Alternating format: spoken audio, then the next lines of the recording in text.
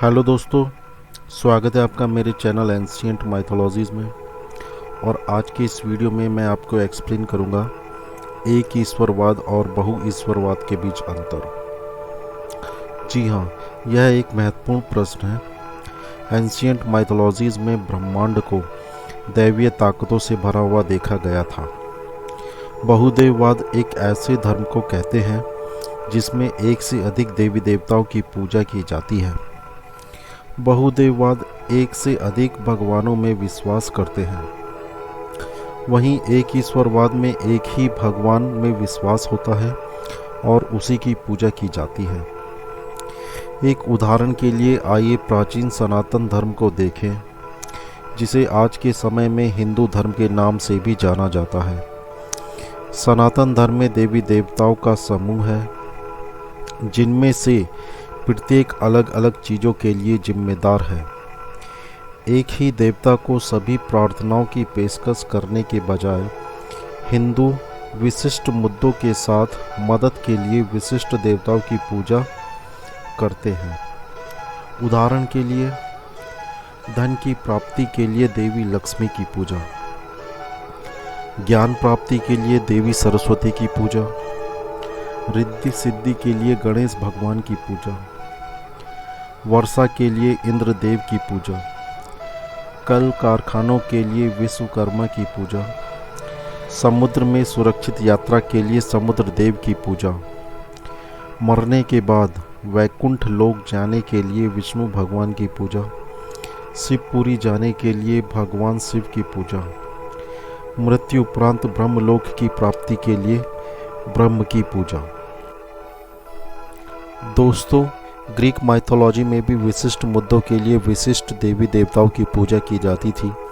उदाहरण के तौर पर हेरा महिलाओं, विवाह, परिवार और प्रसव की देवी, एफ्रोडाइटी प्यार, सौंदर्य, आनंद, जुनून और खरीद से जुड़ी देवी है। आर्टेमिस शिकार, जंगली जानवर, चंद्रमा और शुद्धता की देवी है। एथेना ज्ञान, हस्तकला और युद्ध कला की ग्रीक देवी है। डेमेटर फसल और कृषि की देवी है, जो अनाज और पृथ्वी की उर्वरता के लिए उपासक हैं। टाइचे भाग्य की देवी है, जिन्होंने भाग्य और समृद्धि को नियंत्रित किया। अपोलो चिकित्सा, तीरंदाजी, संगीत और कविता के देवता हैं। ये भविष्यवाणी के भी देवता हैं। एरिस युद्ध के ग्रीक देवता हैं। डायनोसस अंगूर, फसल और वाइन के देवता हैं। हेडिस मृतकों और नरक का देवता है। हेफेस्टस लोहारों, धातुओं, नक्काशी करने वालों, कारीगरों, मूर्तिकारों, धातु विज्ञान, अग्नि के ग्रीक देवता हैं।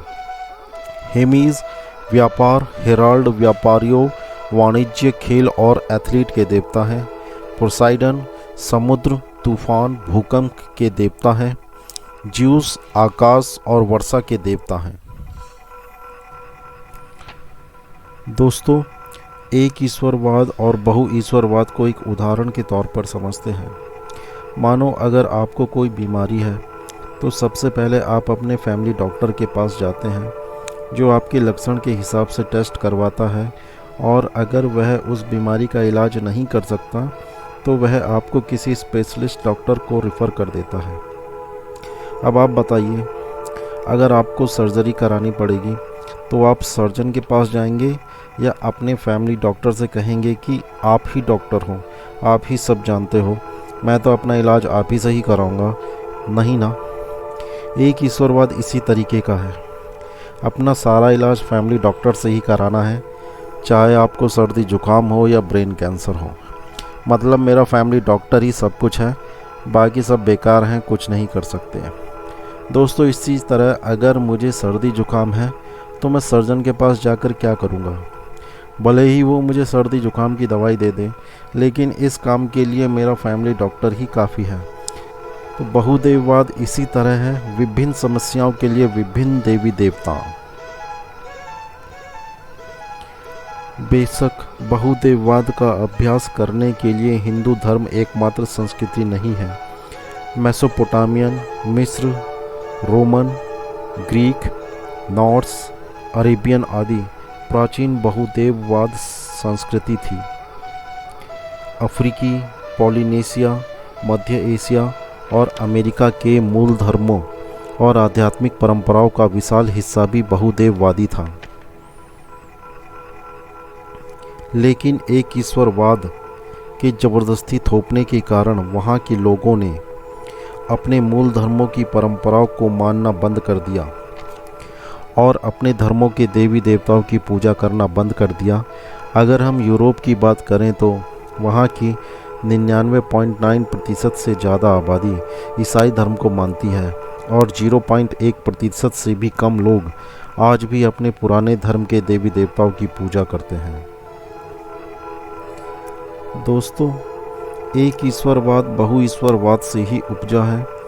एक ईश्वरवाद का मतलब है सिर्फ एक ही ईश्वर की पूजा करना, बाकी सबको बुत मान लेना।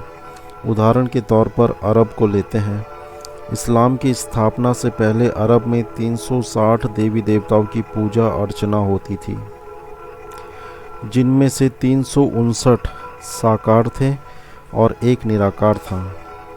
इस्लाम की स्थापना के बाद अब उस निराकार की ही पूजा की जाती है जिसे अल्लाह ताला कहते हैं, और बाकी सभी देवी देवताओं का नामो निशान मिटा दिया गया, उनकी हिस्ट्री ख़त्म कर दी गई, उनकी सारी मूर्तियाँ तोड़ दी गई। दोस्तों, यहूदी, ईसाई और इस्लाम ये तीनों धर्म आज के समय में एक ईश्वरवाद माने जाते हैं। इन तीनों धर्म के लोग एक ही ईश्वर की पूजा करते हैं जिसे ये सबसे बड़ा मानते हैं। यहूदी उसे यहोवा के नाम से पुकारते हैं, ईसाई उसे ईसा मसीह का पिता मानते हैं और मुस्लिम उसे अल्लाह ताला बोलते हैं। एक ईश्वरवाद का मतलब सिर्फ एक की पूजा करना नहीं होता, वह ईश्वर होना भी चाहिए।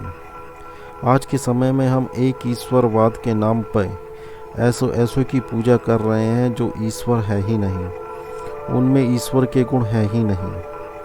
हम ईश्वर को अजर अमर मानते हैं और ये भी मानते हैं कि वो हमें मरने के बाद मोक्ष देगा, मतलब हमें भी अजर अमर बना देगा। लेकिन आज के समय में जो एक ईश्वरवाद के नाम पर धर्म चल रहे हैं, अगर उनके धर्म ग्रंथ पढ़ें तो आपको पता चलेगा कि उनके ईश्वर ने किसी को मोक्ष प्रदान नहीं किया, अर्थात किसी को अमर नहीं किया, क्योंकि वह खुद अमर नहीं है। मोक्ष प्रदान करने का अधिकारी वह है जो अमर हो, और जो खुद जन्म मृत्यु के चक्कर में फंसा हुआ हो वह कैसे दूसरों को मोक्ष दे सकता है। इसका मतलब यह है कि वह ईश्वर है ही नहीं, वह तो अन्य कोई देवता है जिसमें ईश्वर जैसी शक्तियां हैं, लेकिन वह अमर नहीं है। वह भी इंसानों की तरह मरता है, भले ही उसकी आयु मनुष्य से बहुत ज़्यादा हो। दोस्तों, आज की इस वीडियो में बस इतना ही। अगर आपको मेरे द्वारा दी गई इन्फॉर्मेशन अच्छी लगती है तो प्लीज़ मेरे इस वीडियो को लाइक कीजिए, मेरे चैनल को सब्सक्राइब कीजिए और बेल आइकन को दबाइए। मैं अपने चैनल पर इस तरह के इंटरेस्टिंग वीडियो डालता रहता हूँ। Thank you.